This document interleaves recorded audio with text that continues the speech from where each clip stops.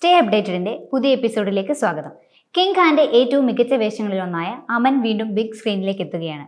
പ്രീതി സിൻഡ, സെയ്ഫ് അലി ഖാൻ എന്നിവർ പ്രധാന കഥാപാത്രങ്ങളെ എത്തിയ കൽ ഹോൻ ഹോ നവംബർ 15-നാണ് റീ റിലീസ് ചെയ്യുന്നത്. ഇക്കാര്യം ഷാരൂഖ് ആരാധകരെ അറിയിച്ചത് ധർമ്മ പ്രൊഡക്ഷൻസ് ആണ്.